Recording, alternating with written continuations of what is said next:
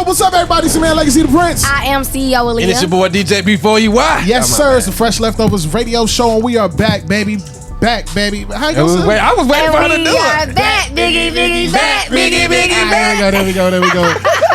Listen, we got a special guest in the building. I'm extremely intrigued to learn about this gentleman right here. We got Coach Rashid Edwards in the building. Yeah. What's up, man? How you doing, brother? What's happening, everybody? How you doing? What's up, man? I'm doing good, man. I'm excited, man. All right. You look comfy, you look relaxed. Got the bow tie leaning to the side. You good, man? You know, do a little something. You know, I'm really excited to just kind of like, you have a very, very decorated resume. We're just gonna kind of dive into that, man. Okay, let's get it. So explain to the people your first time here on Fresh Leftovers, GH Street audience. Explain to the people who Coach Rashid Edwards is. I'm a coach, a therapist, a hypnotherapist. Okay. I'm just, kind of like you might say a different kind of guy, a Renaissance man, if you will. Okay, all right. He probably the most comfortable looking person up here. Everybody else be so tense when they come. They have been tense. That's a fact. Yeah. It's because he don't know we wild. Or it's because he probably already did his little therapy reading on us or whatever. He's like, I know what they got going on. They a bunch of jokers. They a bunch of jokesters. Listen, I did a little bit of everything. So for real? Yeah. Okay. Yeah. Okay, so what got you into the field of therapy? Therapy is kind of a part of what makes me. So I've always been a little different. I've always been a person that people come to talk about things to help get an understanding of what's going on in their lives and life in general. Yeah. So it was, I kind of consider it a calling, if you will. Okay. I believe that people are called to therapy 100%. That's facts, though. Yeah. That's facts, though. That's literally what I was doing before. I was in school. Oh, okay. I was in school to be not a regular therapist, but I want to be a marriage counselor. That's what I was in school for before I got saved. But you can still do that. Why you say no. You made it sound like a bad thing. No. I was gonna be a stripper, and then God got me off the phone. No, that's not So I can't do it no more. No, before I got saved, I was in school to be a marriage counselor. But the military was about to deploy me, and they told us don't re-enroll in school, and I never went back. Oh, okay. And right at that point is when I got saved. Anyway. That's what's up. But yeah, so as I was reading your bio, I saw something very, very interesting. In your bio, you said you believe that our minds have taught us unintentionally, right? To basically fight against ourselves, right? Yeah, so our minds unintentionally have been programmed to work against us.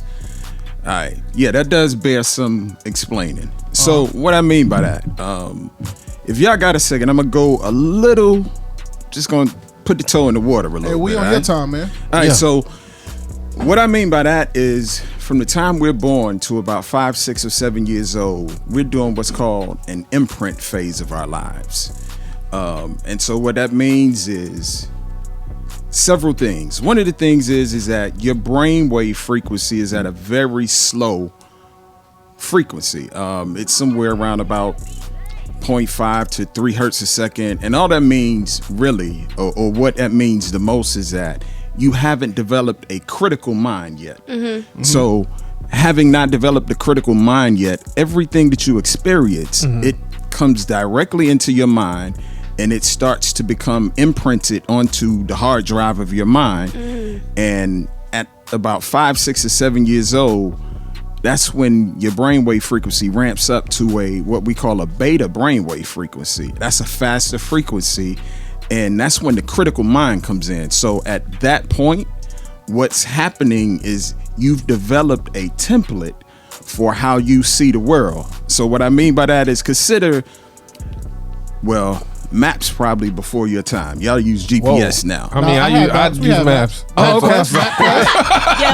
MapQuest. I'm not that I'm young, dating but myself. I'm gonna appreciate that. Imagine, a map, right? A map tells you what's out there, Right. and where you're going and what you should expect, right? Okay. That's the way your mind works with that imprinting. It tells you what's in the world. So The long and short of it is because of that internal map that you create or that mental template that's created, you begin to see the world not really so much as it is, but as you are.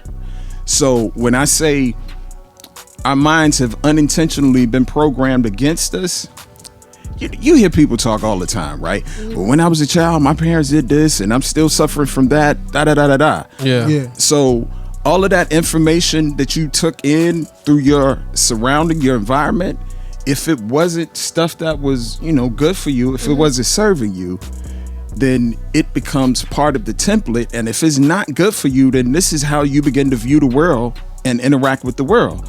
So if you see people who they seem to be stuck in a pattern or a holding pattern or whatever, and they can't seem to, how people say they can't get right. They're doing things repeated, like they just in this cycle and they can't break that cycle.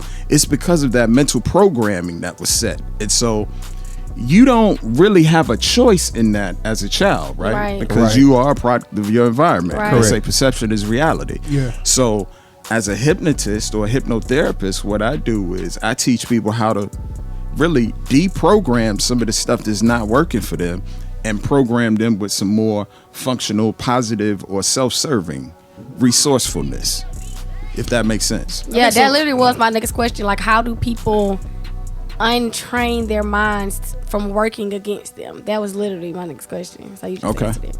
Yeah, because especially like people who have years of being a certain way, like old people? Yeah, well, you consider I like that though. Yeah, I'm gonna pop my collar a little bit because I'm not the average hypnotist. Okay. So I help people in ways that a lot of hypnotists aren't able to do.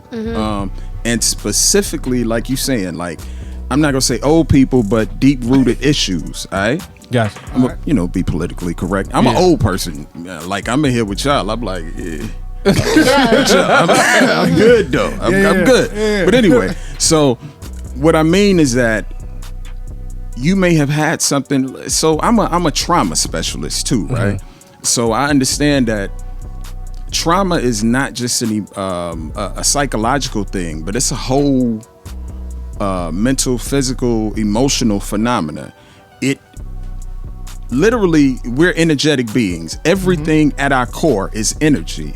So emotions, thoughts, everything is energy.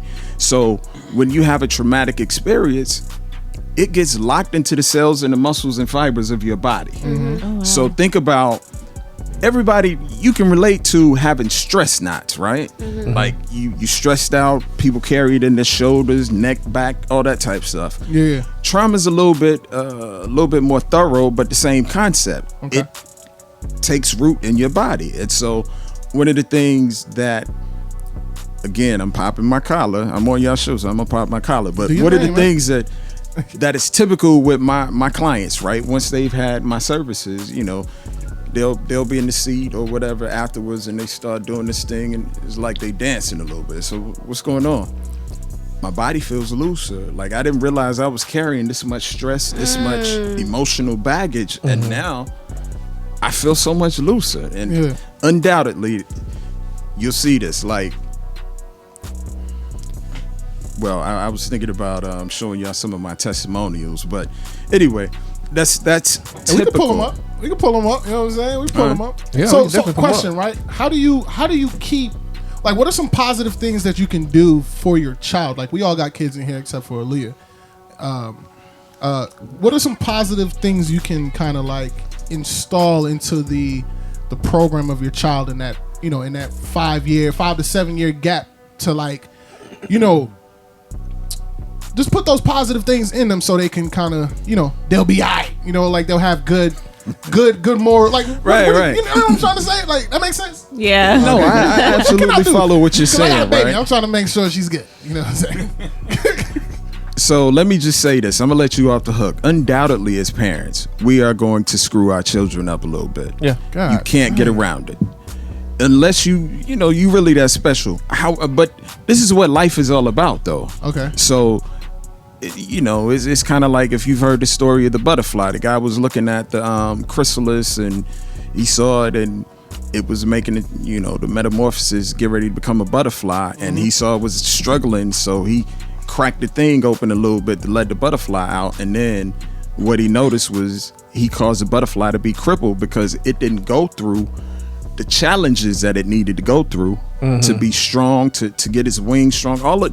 So life is about having those challenges. Right. However, there are certain things that are just a bit too much. Trauma and all that stuff we want to get rid of. But to your point, right?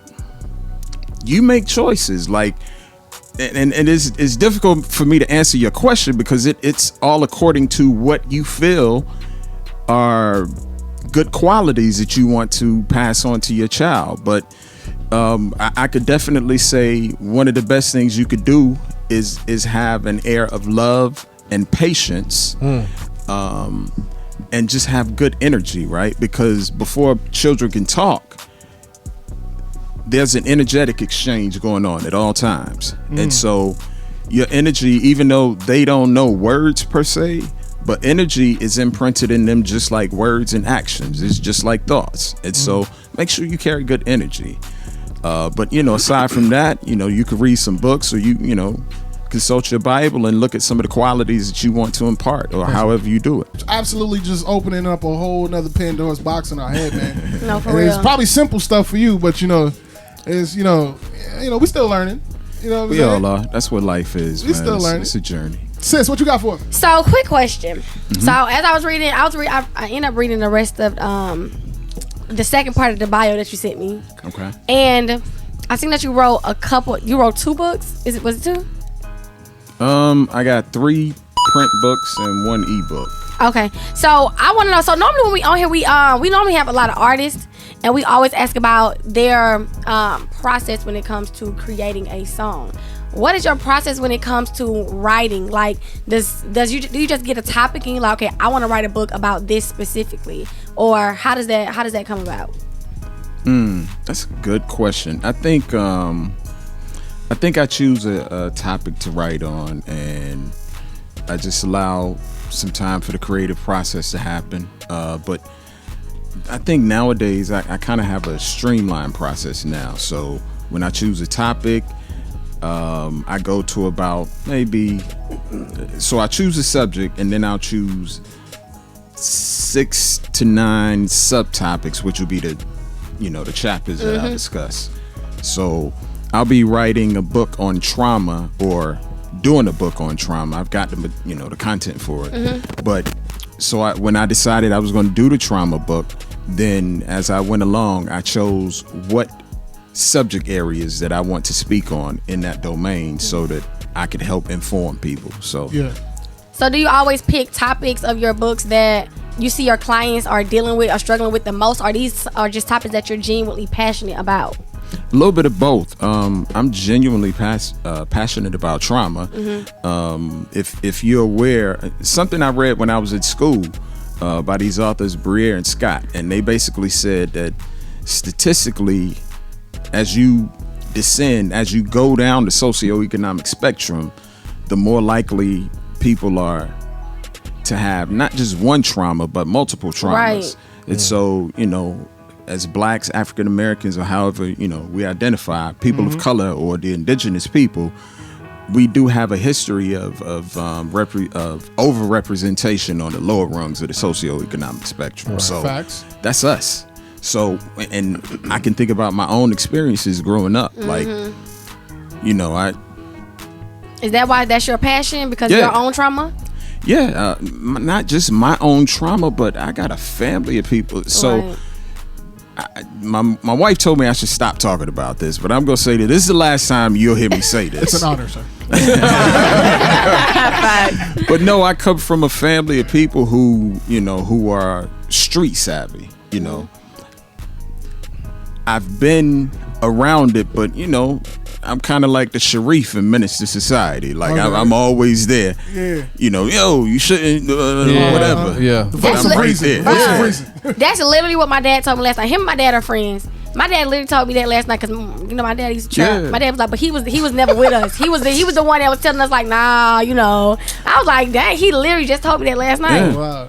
So I got stories, but the point is that I've seen so much of this play out not just in the community, but in my own family and my own trauma, as you said. So I think it's, and this is why I say it's my gift or it's my calling, because the way that I help people and the things that I help people with, like literally, they couldn't have gotten this type of healing or this type of experience somewhere else. It just,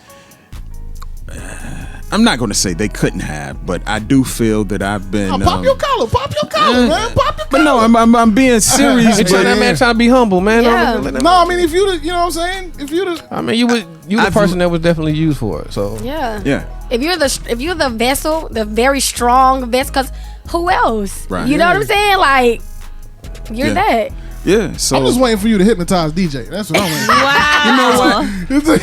I have a question about something else. I want you to pull that coin out your pocket and go like this. I'm just playing. But yo, I would. It doesn't have to be you. But I mean, I'm cool. I'll do. All right, I'm curious.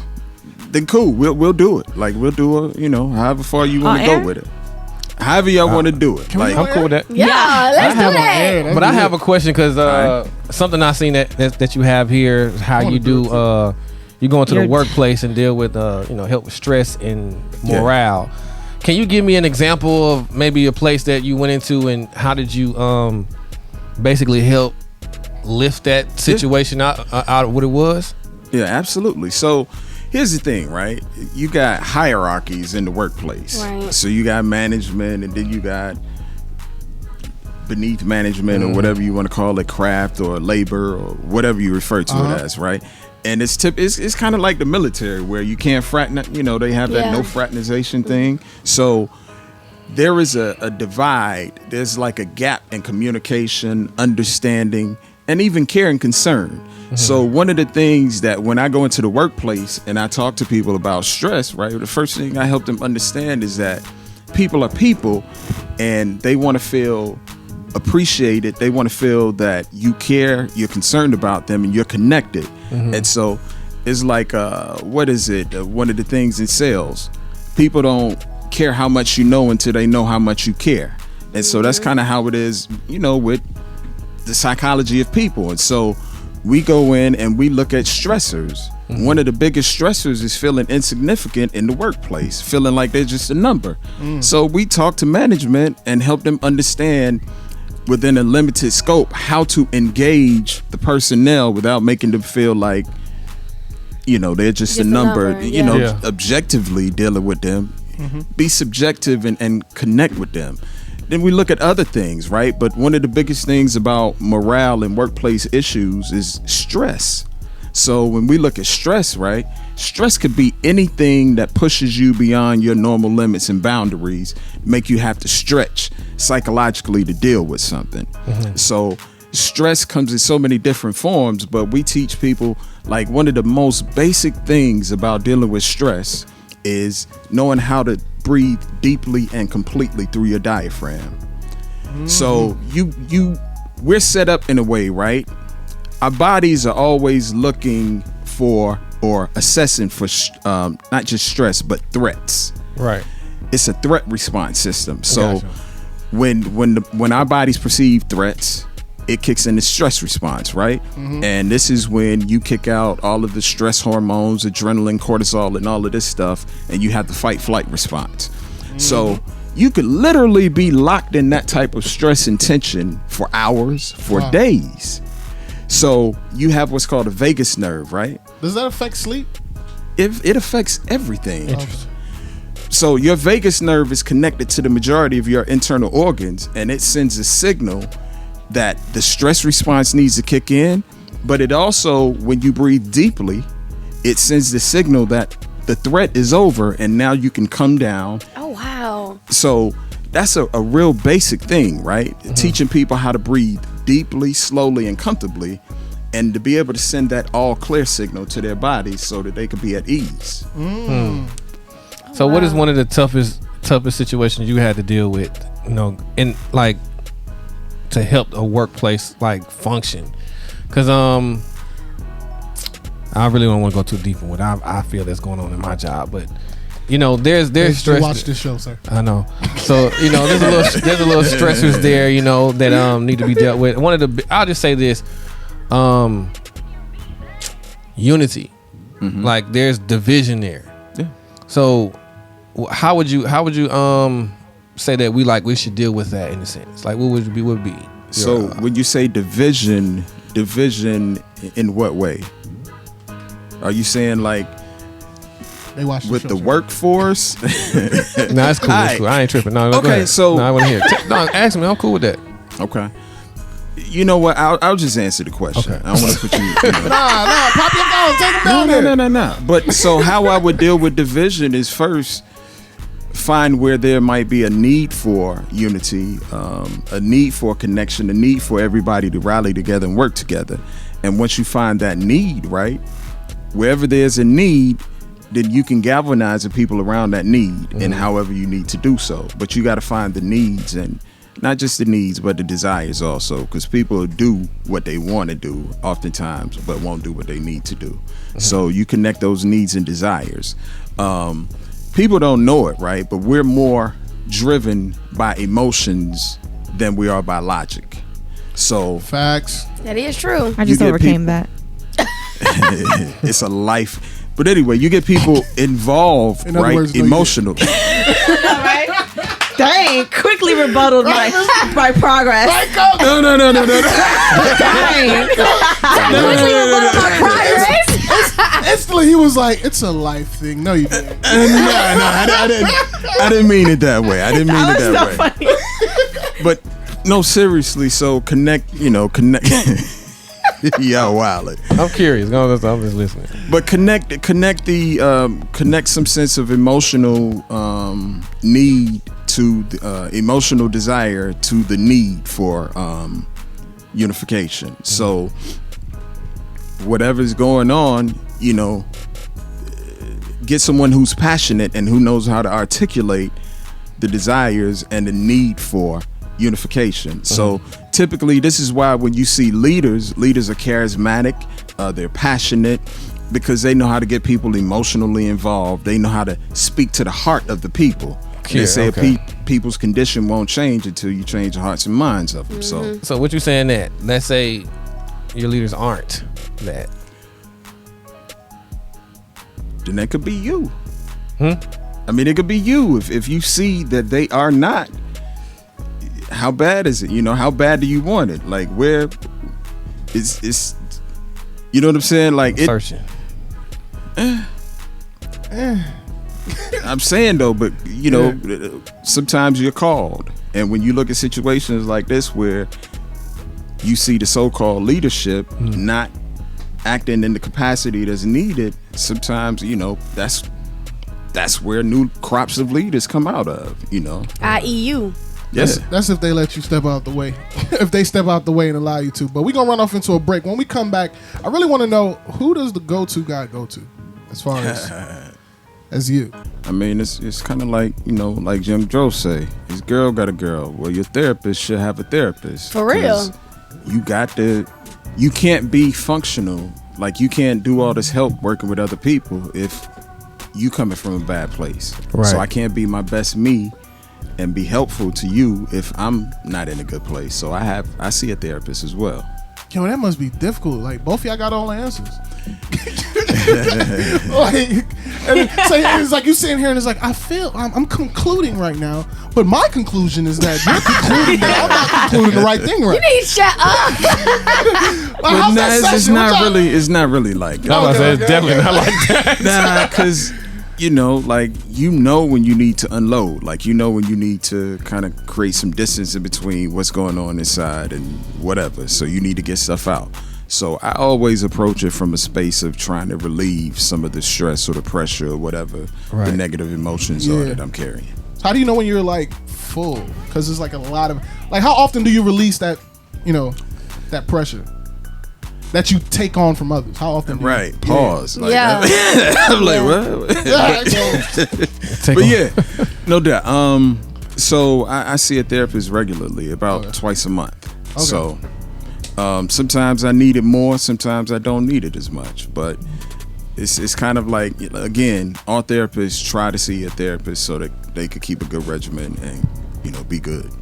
So go ahead. I'm sorry. Go ahead, Aaliyah. You got it. No, why is it so hard to get people to go see a therapist? Like, what is it about therapists that is so hard to get people? Like, people really dread going to see a therapist. Well, you know what it is, though. If you go back historically, right, in the black community at least, like, we don't talk about what's going on in our household. What happens in our household stays in the household. Yeah, and then so sometimes people look at therapists as part of the medical community, and so oftentimes, you know, black people have this thing with the medical community because we've been the subject of a lot of different tests and things have happened to us that we're just suspicious and untrusting. Yeah. So it takes someone like myself or, you know, people who understand the plight of our people and who can come in therapy and connect. You know, it's kind of funny, right? As a therapist, like a regular talk therapist, you're supposed to be like real stoic, like expressionless, like okay. That don't work for black people. Yeah. Like, they'll be like after that second session you show up like that again, they're not coming back. So you got to know how to build rapport. Yes. So it's like what we learn in school and then what we actually have to deploy when we're out in the field is kind of different. But yeah, I'm kind of curious. So, you know, you go to school to learn all these different techniques, but when you, like you said, you go into the field, especially with our people, how much of it do you actually use versus what you kind of just finagle in yourself? Not saying that you just create something just, you know, out of the blue, but how much of that, you know what I'm saying, subject matter that you take, and then how much do you know, really apply? Yeah. No, you apply a lot of it. If you understand people's needs and you understand what you learn, then you find a way to kind of bring it all together. So you might one day, depending on what the needs of the person is, like, so some people, they just want to talk, they just want to kind of unload, and they want to feel like you understand. Yeah. So there's an approach or a theoretic orientation called person-centered, where you connect with them and you help them feel like they've been connected. And once you've done enough connecting, you can continue with person-centered. You can shift over to another modality like brief solution-focused therapy, or really the thing of the day is CBT, because that's what I was about to say, insurance companies CBT are paying for. But CBT, cognitive behavioral therapy. Yes, oh, my wife went to school for that. Mm-hmm. Yeah. So she got all the answers, so I can't win the argument. Yeah. Is it like that with you and your wife? Do you win all the arguments? No. I live in a black household. She a woman. You can never win. Hey. Especially when he do this. Let me tell you. Yeah, you see that, Leah, get out her seat. That's it. It's over. You lose. Yeah, it's just, I don't play that game. She do them hands. Right. Or get quiet. So that quiet. But get quiet. Cognitive behavioral therapy, it just draws a connection between the way you think and how it influences your emotions and your behaviors. And so, again, that's a big part of how I kind of see the way we are. Like our thoughts, you know, they say the average person has about 60,000 thoughts a day. All right? Sheesh. That's crazy. Of those 60,000 thoughts, only about 10% of them have the capacity to be new thoughts. So that means you thinking 54,000 of the same thoughts every day. So if your thoughts influence your behaviors, it's almost like you gonna beat it. It's hard not to be the same. You know what I'm saying? So, oh my God. One of the things I teach people is that the way we're wired, our brains, because our brains are, again, looking for threats, the main focus is to keep you safe. Mm-hmm. And so the way your brain rationalizes it is, you were safe yesterday. You made it from yesterday to today. So whatever it is that you are composed of, however you are, we're going to keep you that way. We don't want you to change. So here we are coming towards the end of the year, right? What do most people do at the beginning of the year? Yeah. Mm-hmm. Right. And then after a month or two, it's gone. It's gone. Yeah. Your mind works against whatever your intentions are if you don't know how to appropriately engage yourself to get your mind working on your behalf. So again, this is why I come back to hypnosis, because we're gonna dive into that. I look at hypnosis as like, you know, I know y'all game, right? So you know games we have the cheat codes. Yeah. That's what hypnosis is like. You know, it's like the cheat codes to life. If either one of y'all look up, if y'all, you know, feel like doing it, just do a search on celebrities who use hypnosis, and you'll be amazed. Mike Tyson. I didn't even know Mike, but okay. Customato, which was his trainer, he used to hypnotize him before he go into the ring. That makes sense. He used to hypnotize him, so that's why, like, you know, Mike be like this for the most part. But then when that ding ding ding go off, his game is. He'll tell you in his book. He talks about it, right, Ira? Yeah, he talks about being hypnotized. I didn't even know Mike, but that makes sense. Tiger Woods. I mean, if you look it up, you'll see countless celebrities. I'm looking up. It's like 30 celebrities. Okay. There's one first black person. So how do you? What do you know? I tell you, Kelly Rowland, she uses hypnosis. Love her. Sam Jackson used hypnosis. There you go. Yep. Quit smoking. Yeah. So it just like switches you into a like. That's what I said. What do we do? Yeah, explain the hypnosis therapy, if that makes sense. Yeah, if that's the word. So hypnosis again is like having the cheat codes of life. Okay. So let's just say you have an issue, right? And whatever that issue is, it's causing you to behave in manners that you don't want to be doing. Anger. We know a lot of black men got anger issues, right? I definitely did. And so let's just say you tired of being angry because you know you don't want that around your children. You tired of your wife telling you like she feel intimidated or she don't know what you're gonna do. And then sometimes you might even feel like I'm like right there on the edge. I need to get some help. Talk therapy, and I'm a talk therapist, so there's no shade on talk therapists, but it's got limited potential, or it'll take a lot longer, right, to get to where you're trying to go with just regular talk therapy. Hypnotherapy is going to get you there quicker and way more efficiently. So, like I said, or phobia.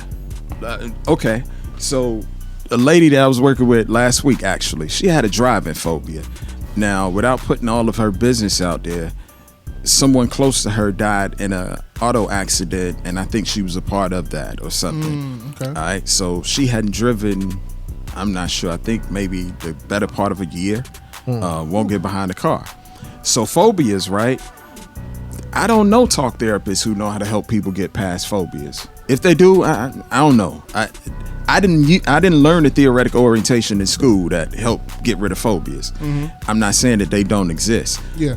But I do know what I know. Hypnotherapy, one session, I knocked that out. So she sent me and I always get people to send me a testimonial, send me something, because when I'm reporting all of this stuff, the average person gonna be like, yeah, whatever. Of course you would say that, right? Of course you would. Yeah. So what's the process of the hypnotherapy? So the process is, okay, so you got three main areas of the mind that hypnotists deal with. Your conscious mind, your subconscious, and your critical mind, right? So your conscious and your critical mind work together, all right? So I kind of make it like, I use the analogy of a club, or I use the analogy of a car. Let's just use a club, right? So your conscious mind is the front of the club, everybody trying to get in the club, right? Okay. Yeah. And the critical mind is the bouncer. He won't let he is looking at what's trying to come in, and he's saying, are you on the list? So the list is that mental map that you had, right? Okay. So everything that you experience and you interface with, it is measured against your mental map.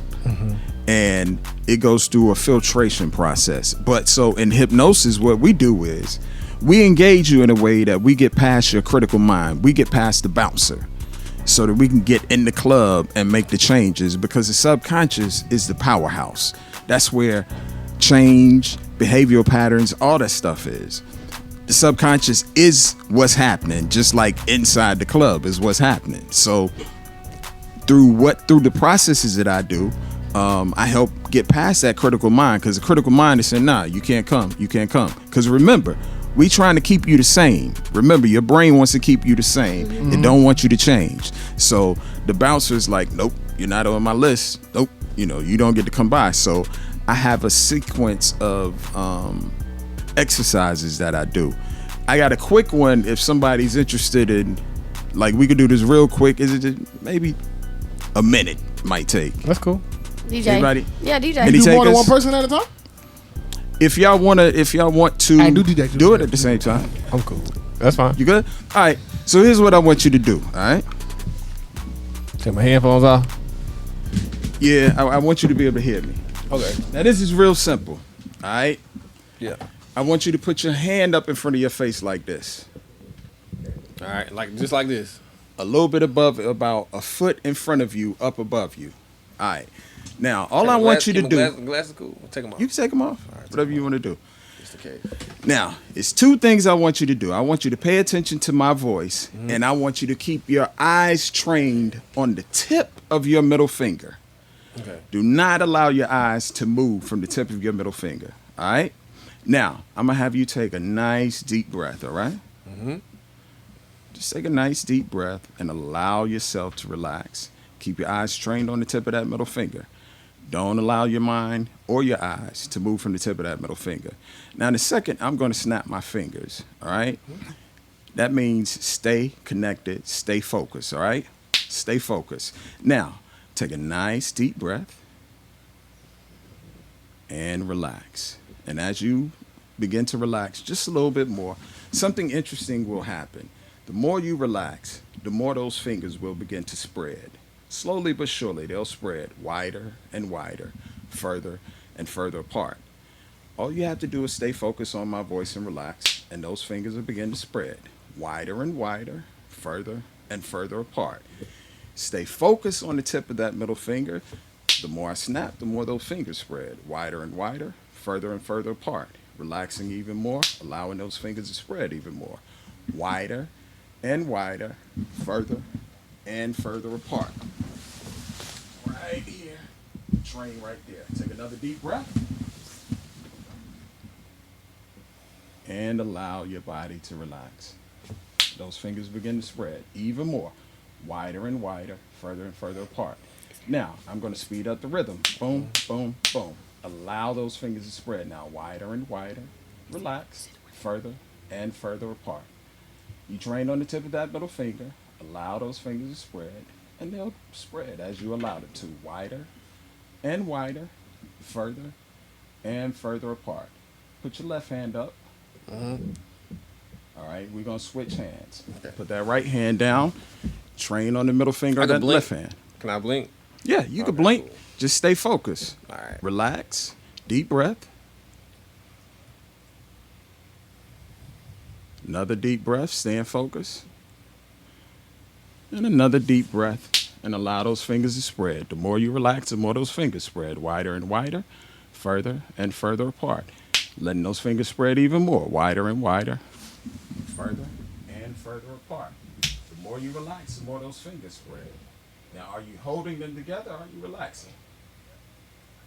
I feel like I'm yourself to relax. He fighting it. He fighting it. He fighting it. Allow yourself to relax. Let me see I saw this guy happen real quick. He was like, Allow yourself to relax. Don't hold on to it now because they do it naturally. They spread. All you have to do is stay focused on that middle finger. Those fingers spread by themselves. Just allow yourself to relax and you'll see those fingers spread wider and wider, further and further apart. The more you relax, the more they spread. Wider and wider. That's right. Further and further apart. Allow them to spread wider and wider, further and further apart. The more you relax, the more they spread. Wider and wider, further and further apart. Wider and wider. That's right. Further and further apart. Now, I want y'all to see something. When they begin to move, they kind of jerk a little bit, like a weird movement, right? Mm-hmm. That's a subconscious movement. That's not a natural. He wouldn't be. So that's not. If you were spreading your fingers, you would do it like that. But when you see this kind of twitching and pulling, jerking action, that's a subconscious movement. Wider and wider, further and further apart. I knew he was holding them together. It's jerking. Yeah. I knew he was holding them together. Wider and wider, further and further. You could put your hand down. But I knew he was holding his head together like, nah, I'm not going to let it happen. I must stay. No. Resist the urge. And my hand but was I'm shaking. saying. I was like, oh, snap. No. if he would have allowed the process, it would have happened on that hand, just like it happened on the other hand. What exactly is that? So here's what we're doing, right? Okay. We create a phenomenon in the mind called eye catalepsy. And so all that means is that your eyes get real focused and they influence your mind to stay focused on something. So think about when you're let's say when you're daydreaming, right? And you're zoning out. Yes. Did I lose the mic? No, we here. You can't hear? Nah. You can hear now? I can't. Okay, as long as y'all can hear me. Yeah, we can hear you. So think about if you zone out, right? When you're in a daydream or in a daze, it's like you're focused on something. And if you were a camera lens, it's like the camera lens is on one thing and everything else is blurred. Mm-hmm. That's what we do when we create that type of focus. And so when that happens, now I have rapport with the subconscious mind and I can give those types of instructions and it undoubtedly happens. So look, his hand's shaking all. So how would you take that a step deeper to get? That's exactly what I do. I take that, right, and we just create kind of like the entryway or the gateway to hypnosis. And so the next few things that I do, take it a little bit deeper and a little bit deeper. And because I understand the mechanics of how the mind works, how the body works, all of that, it's like I've been doing this for about 17, almost 18 years, right? The early days, I used to be scared because it's like, oh, it's not working. But after about year 8, 9, around 10, I know the mechanics. Like, it's a Parker Lewis. It's a no, you can't lose. Like, if you're doing what you need to be doing, you're good. It's gonna happen. So how are you getting people to like fall asleep on command? Like, you're getting sleepy.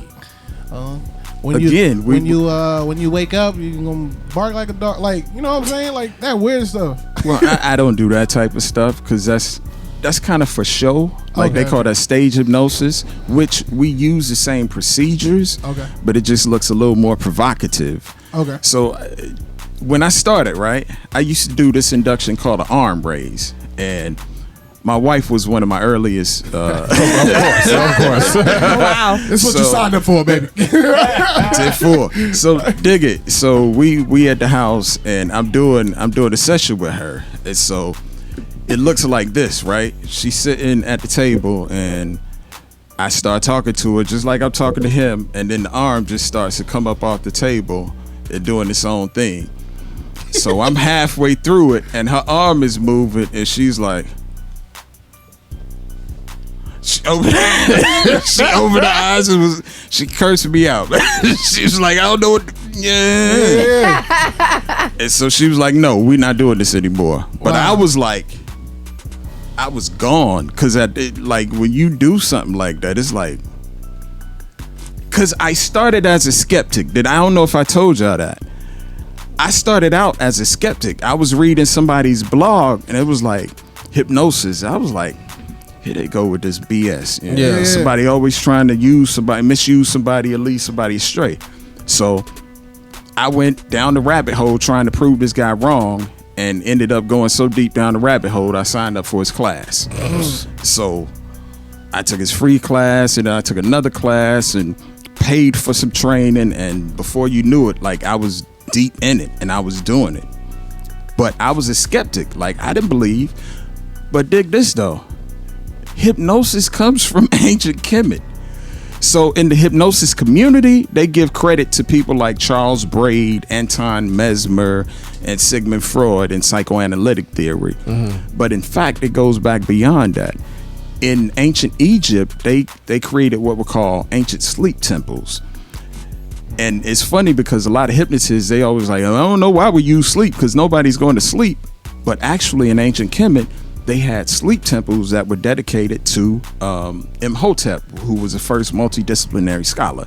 So in these sleep temples, what they would do is they would cause somebody to go into a trance. And then from that trance, they would cause them to go to sleep. Once they went to sleep, they would wake them up, read their dreams, and give them a diagnosis. So that's the earliest form of hypnosis came from ancient Kemet. So this is our technology. It's just that somebody else came back and rescued it and started using it and telling us that this is this new form of something, but this is us. So it's nothing to be afraid of. It's not witchcraft, devil worship, voodoo, any of this. Hypnosis is synonymous to trance. You spend 80% of your time throughout your day going in and out of trance. You're in a light trance right now. I can tell you that. Because right now what you're doing is, in your mind, you're making pictures to help you make sense of what I'm saying. Oh, wow. And that's a light trance. You can't resist that. Just like I'm saying, like if he's doing what I'm telling you, you can't resist it. It's a natural phenomenon.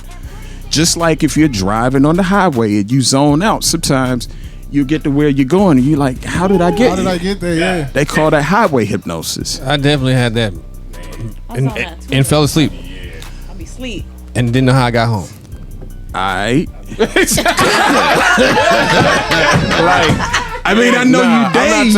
Like it was one situation. I went from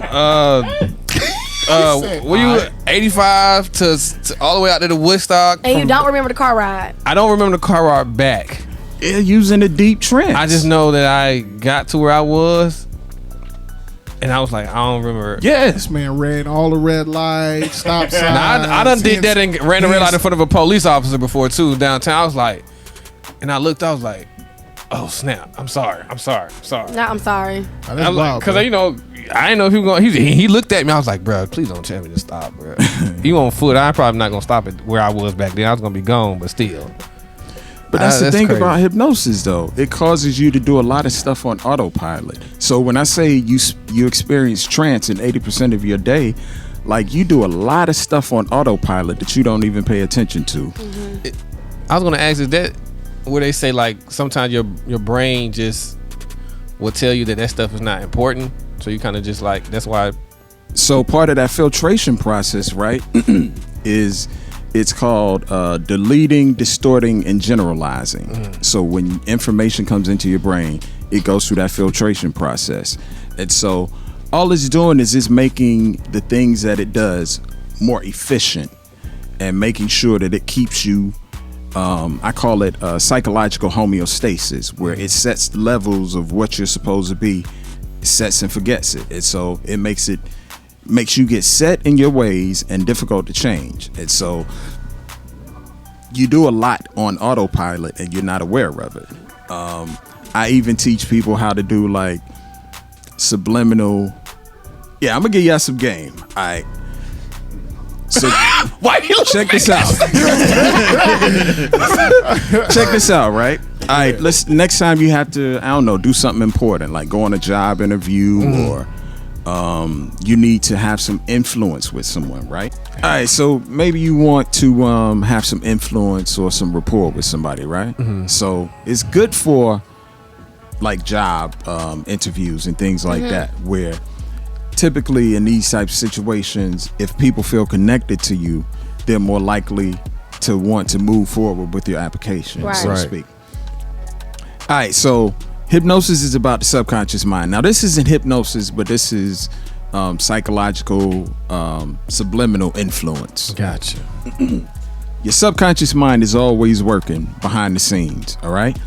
So think about, they say communication is about 6% the words you say and about 94% a whole bunch of other stuff.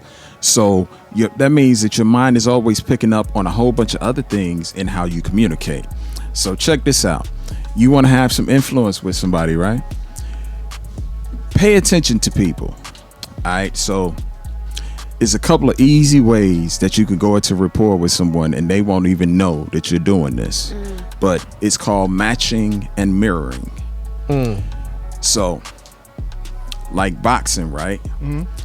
Like, you know, you switch from southpaw to conventional when you're doing, it's something similar to that. So let's just say you're talking to somebody, right? And they're talking to you, and as they talk, they got this tap thing going on, or you might notice that they have some type of accent or something, or a slow way of speaking, or whatever the things are that you notice. You can even notice Like how they're breathing. What? You be swearing. You was just swearing just now. Oh, okay, yeah. So You might even notice how somebody's breathing. But I tell people typically pick out 3 things that you see in this person and you want to match it. All right. So it might be you match their breathing patterns. So you might see somebody and if they talk and they do a lot of this, you ever notice some people like they breathe in their up in their chest for some reason, right? Yeah. Ugly. Who matching that? But I'm just saying, like, she's not that one. You imagine somebody doing that and then you just start. They're like, why are you doing that? I have a condition. But dig what I'm saying though. But you match the breathing, or you might notice that they do a blinking thing, right? And so you just match their blinking. Okay, don't do that because now I'm trying to do it. I'm saying you match their blinking or whatever you notice. Choose 3 things and slowly match that, right? Now, this is how you know that you're in rapport with them. After you've matched it, you've been doing it for a while. You can change it up and you start doing something and you'll notice they'll start following what you're doing without even trying. Yes. This is called leading and pacing. Okay. This is how you create a subconscious subliminal connection with people to make them feel like they're connected to you and they don't even know what's going on. Your mic is off. Oh, okay. Oh, you was talking all that junk about legacies. Now you. Can y'all hear me now? Yes, ma'am. No, but for real, that's too easy. But I've noticed that happen before. Kind of, for example, my dude, he likes to eat all my food. So like every time I reach my hand somewhere, he reaches his hand. Is that mirroring? That's greed. That's what we do. Boy, you want your overcoat. That's guy right. That's guy stuff. Oh man. But nah, this is beneath the radar though, what I'm talking about. So I'm gonna try it. Like Aaliyah, she be swaying sometimes. I do. I swear a lot. Yeah. I swear a lot.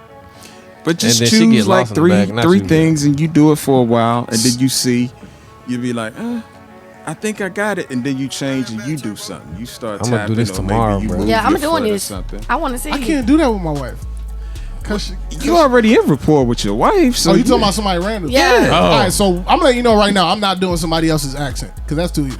Yeah, I mean, but you just choose 3 things that are kind of beneath the radar. Okay. Is choose subtle things, like you say. You don't want to Yeah. get that thing going on or whatever. Gotcha. He like that. You don't Right, want to do that. that's a dead giveaway. So you've been on CBS, my fault, News, Fox, NBC. What else you got going on, man? Tell her what else. What's next for Coach Edwards, man? Let them know what you got going on next. Got a lot coming up, man. But in short, they can find out how to get in touch with me. Well, what we got going on? We're about to start a new hypnosis training academy. We're about to do some things, and so it may even be. Well, you know what? I won't spoil it, but we're gonna start a hypnosis training pretty soon, and we got some other stuff coming up that I really can't speak of. Okay. But for those who want to reach out to me, they can catch me at endyourtraumanow.com. I love that. Or they can catch me at rashidedwards.com. And that's spelled RASHEID Edwards.com. Hit me up on the contact form. And let's work together. Let's heal. It's all about healing. That's my mission. My mission is to find as many individuals, families, and groups and help educate them about what's going on with them so that they could be informed and make decisions about their own healing and take it into their own hands. Dang, Facts. I like that. Seriously. Me too. Facts. So listen, man, make sure y'all tap in with Mr. Rashid Edwards, man, Coach Edwards, man. Do that. And yo, y'all get y'all healing popping, man. Get y'all healing popping. This Please. healing stuff out here, this therapy stuff is really great. It's really, really great. I need to see a I say therapist. besides God, therapy saved my life, man. God and therapy for real. Well, Like, it's- therapy was sent by God. So Amen. I love that. Amen. So listen, make sure y'all tap in with Mr. Edwards, man. And, yo, thank you for coming. I appreciate Thank y'all you. having You me, enjoyed man. yourself? Yeah, man. Y'all got the old man feeling good. Man. You know what I mean? She's- Most def. So y'all make sure y'all tap in, man. It's the Fresh Leftovers Radio Show. We out. Leftovers.